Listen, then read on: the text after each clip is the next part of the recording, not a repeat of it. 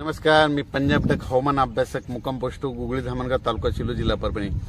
आजपासूनचा परत एक शेतकऱ्यासाठी अंदाज येत आहे। राज्यात पाऊस पडणार आहे, 22 जून पर्यंत पाऊस पडणार आहे। आज या तालुक्यात पडणार आहे, उद्या दुसऱ्या तालुक्यात पडणार आहे, म्हणून हा अंदाज लक्षात घ्यायचा।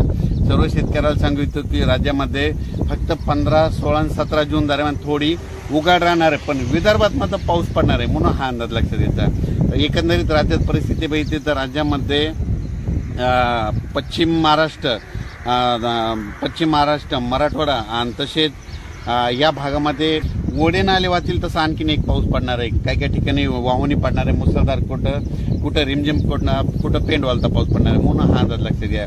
विदर्भातल्या सर्व शेतकऱ्यांसाठी आनंदाची बातमी, त्यामध्ये बऱ्याच ठिकाणी पावसाला सुरुवात होणार आहे आणि त्याच्यानंतर विदर्भामध्ये देखील पाऊस वाढत जाणार आहे आणि विदर्भाची शेतकऱ्याची पेरणी देखील ह्या 20 तारखेपर्यंत सुरू होणार आहे, म्हणून ही विदर्भात शेतकऱ्याची आनंदाची बातमी।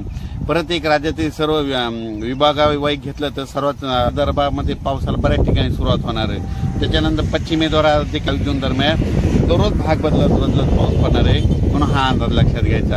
आणि त्याच्यानंतर मराठवाड्यात देखील सर्व शेतकऱ्याला सांगू इच्छितो की पर्यंत दररोज वेगवेगळ्या भागात पाऊस पडणार आहे आणि एकीत ओल असले तर पेरणी करायला हरकत नाही, म्हणून हा अंदाज लक्षात घ्यायचा। ओल जर नसले तर पेरणीचा निर्णय घेऊ नये, म्हणून हे देखील